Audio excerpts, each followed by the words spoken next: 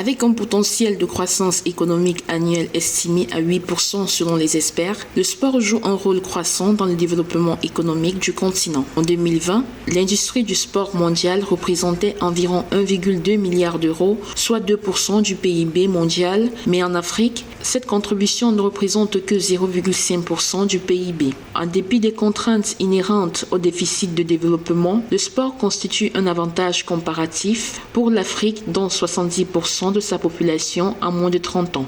Ma vision du sport au Ghana et sur le continent en général est que de manière holistique, nous l'envisageons sous un angle différent. Une partie de notre discussion d'aujourd'hui consiste à considérer les sports et les spectacles comme des classes d'actifs, des moyens de générer des revenus au sein de ces économies.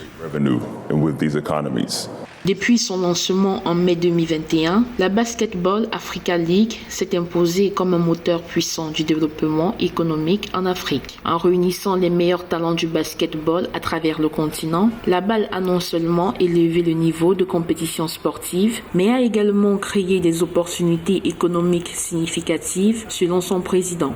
La Basketball Africa League va continuer d'être une locomotive de développement du basket, mais aussi une locomotive de développement économique pour les pays qui va booster le tourisme.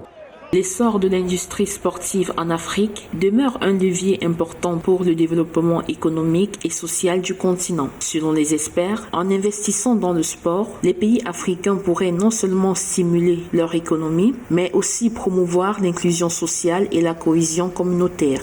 Il faut que les pouvoirs publics dans ces pays prennent conscience du potentiel énorme du pouvoir du sport. On dit souvent que le sport est le dernier outil diplomatique dans le monde et je le crois vraiment sincèrement.